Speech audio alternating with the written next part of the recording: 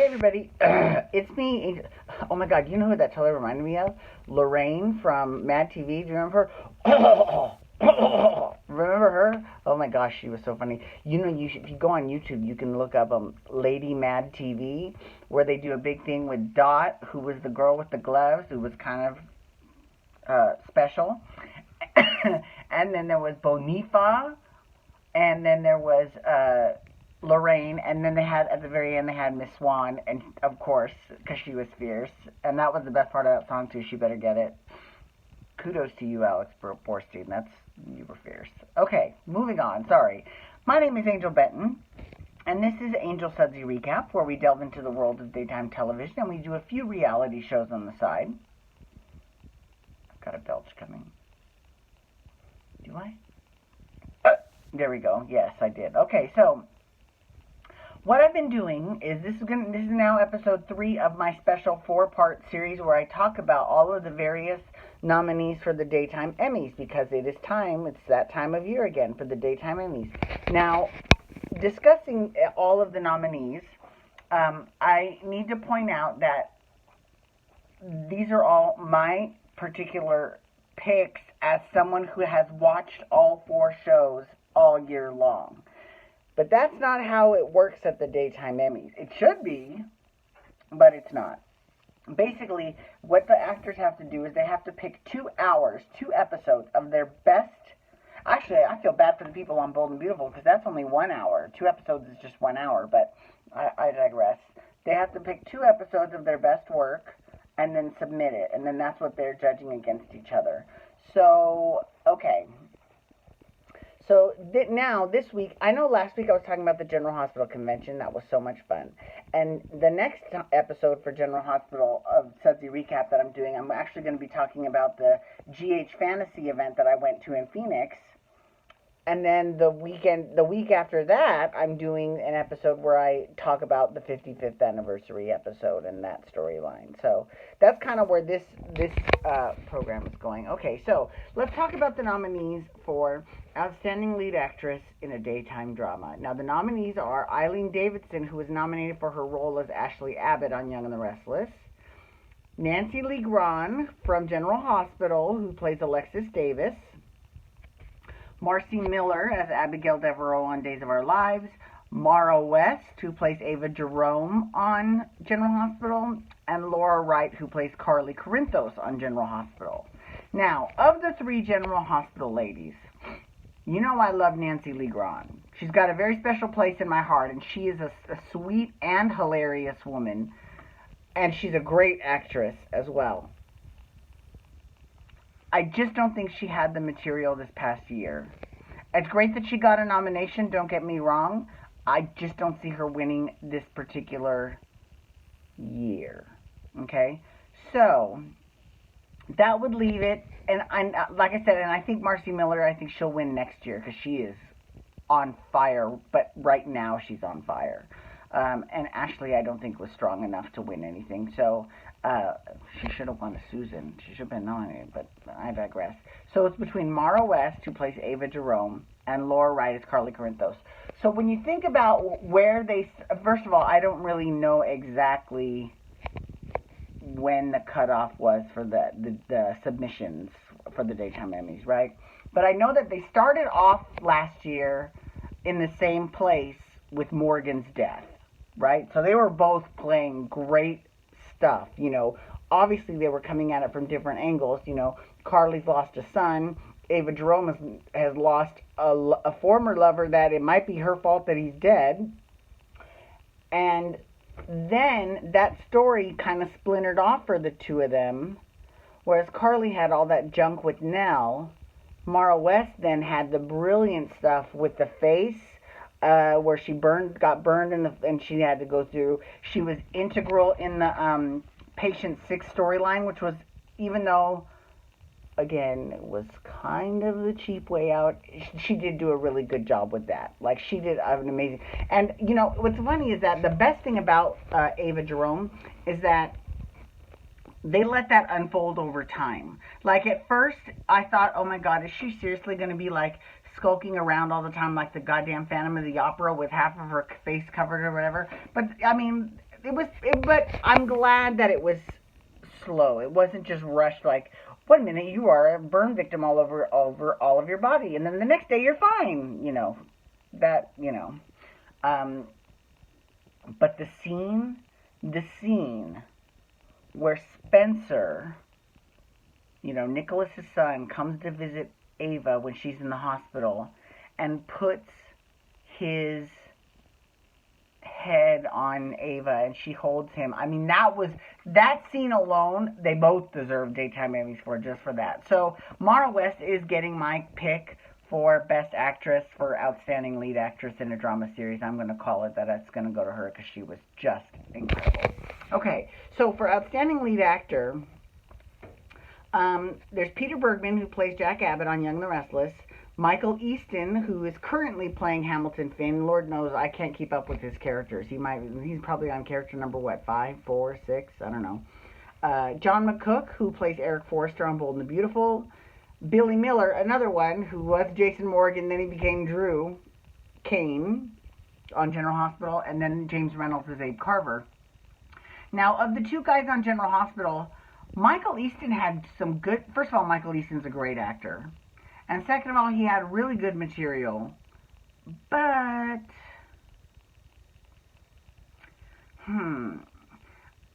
it wasn't consistent. Like, he had a lot of good stuff with Hayden when Hayden left with the baby. And then he had some stuff with Anna, although it was fierce. His confrontation with Faison was fierce because he basically said everything that the audience was thinking. Like, he serves that purpose a lot, which is really good, though. And now he's kind of fallen into bed with Alexis. I talked a little bit about that last week. And so he's had good storylines, but they've just been a little bit inconsistent. Billy Miller, on the other hand, has done an incredible job, first being Jason Morgan, and then finding out that his whole world is completely different now that he's Drew Kane, and he doesn't know anything about his past, and he's got this kid with Kim, and Jake isn't his kid anymore. I mean, it's just, he had a lot to do all year long. Excuse me. So I am going to call it that my birthday buddy is going to win the Outstanding Lead Actor. And he's won before when he was Billy Abbott on Young and the Restless, but I think now he's going to get it for General Hospital. Okay, moving on. The next category is Outstanding Supporting Actress. Now, Marla Adams is nominated as Dina Mergeron on Young and the Restless, Cameron Grimes as Mariah Copeland on Young and the Restless, Susan Seaforth Hayes as Julie Williams on Days of Our Lives, Elizabeth Hendrickson as Chloe Mitchell on Young and the Restless, Jacqueline McInnes Wood as Steffi Forrester on Bold and Beautiful, and Michelle Morgan as Hilary Curtis. And there is not a single General Hospital nominee in this category. So I'm just telling you, I think Marla Adams has got this locked. And, I do say, I think it's a little bit unfair that, it's not unfair because they're doing a good job too. It's just that General Hospital's Alzheimer's storyline, which is basically what they're using to tie into their 55th anniversary, and it's kind of the exact same storyline that Young and the Restless is using to tie into their 45th anniversary. But it's unfortunate because Young and the Restless has been doing that storyline much longer than General Hospital has, and General Hospital has been getting so much press for their storyline. So it just makes me upset for Marla Adams because she deserves all the awards. Give her everything. So anyways, yeah, I know that has nothing to do with General Hospital, but there was no nominees in this category for General Hospital. Now, supporting actor, we have Wally Kurth, who was nominated for his role as Ned on General Hospital, not as Justin on Days. Chandler Massey, who was Will Horton on Days. Anthony Montgomery, who played Andre Maddox on General Hospital. Greg Rickard is Kevin Fisher on Young and the Restless. And Greg Vaughn is Eric Brady on Days of Our Lives. Now, here's the thing, though. So, out of the two General Hospital nominees, you've got Wally Kurth, who does a really good job with both characters. So, I don't know if necessarily, I wouldn't say he would split the vote, but I don't necessarily think that means that he would win. And then you've got Anthony Montgomery as Andre, and he had some good stuff towards the end of the year. Like, he didn't really have that good. I mean, it's not that difficult to sit behind a table and listen to someone else. Like, Roger Howarth did all the work in their scenes. I mean, I'm not, no tea, no shade. Anthony Montgomery is a good actor. I'm just saying that for his scenes with Roger Howarth was the one doing all the emotional heavy lifting. You know what I mean? And I'm surprised that he's not nominated, but he probably did not submit himself for nomination, because he would most likely be nominated in the lead actor category, and he has not been. So, anyways. All right, so I don't think either one of them will win. I think this one will go to Chandler Massey, who plays Will Horton on Days of Our Lives. Okay, so now we have the younger category. So we've got the younger actress, and the nominees are Rain Edwards, who plays Nicole from Bold and Beautiful, Haley Aaron, who plays Kiki Jerome on General Hospital, Kate Fairbanks, who plays Tessa Porter on Young and the Restless, Olivia Rose Keegan, who plays Claire on Days of Our Lives, and Chloe Lanier as Nell Benson. Do I think that Nell should win? No.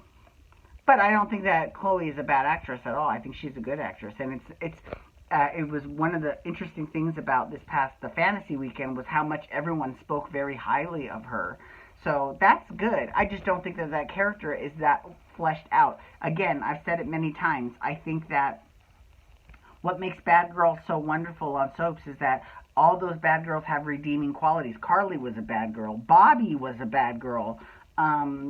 Ava Jerome is a bad girl. You know, Nina was a bad girl. But they all have things about them that make us root for them, you know. But Chloe has yet to show any redeeming qualities. So that's kind of knocks her out of the running. I do think that this will go to either, because I'm undecided on this. It will go to either Kate Fairbanks, who plays Tessa Porter on Young and Restless, or Haley Aaron, who plays Kiki Jerome. And it will depend on whatever episodes they submitted. Because Kiki had some good stuff where she was tearing into her mother, where she was distraught over Morgan's death, where she and Dylan got together and broke up. I mean, she had a great year. She had a really good year. So she's up for this one too. Tessa had a good year too, but we'll see what happens.